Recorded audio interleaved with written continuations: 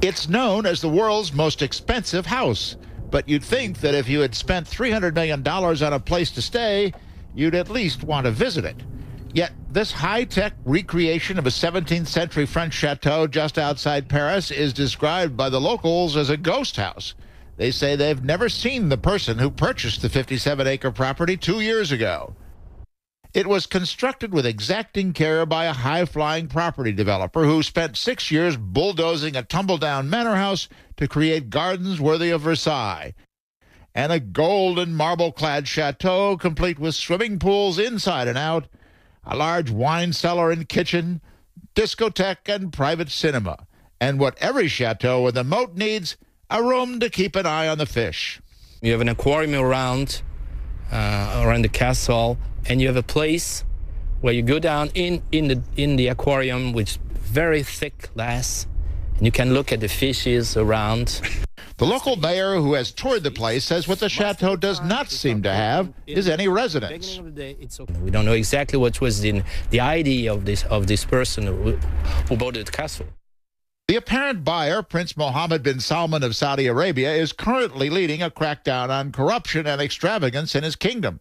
Probably not the right moment to be seen living a flashy lifestyle. And no one will confirm he's the actual owner. The prince's name is not on the mailbox, and because of the various holding companies involved, it can't be said with 100% certainty that he holds the keys to the front gate here. But those who've done the ownership paper chase say that, in fact, the manager of the prince's personal fortune runs the company that bought the property. The local letter carrier has never seen the prince's name on any mail, just the names of corporations. But it's not like there's no one inside the vast estate. Allô? Oui, hello, madame. People are getting paid to watch over the place. Nous sommes l'équipe de télévision de CNN, although they aren't exceptionally welcoming to television crews. Non, c'est pas possible, désolé. C'est pas possible. Mais, madame? So I guess we're not going to get in. The neighbors, who've looked on as the property was transformed and renamed the Chateau Louis XIV after the extravagant French king who built Versailles, think the whole thing, like Versailles, is a bit over the top.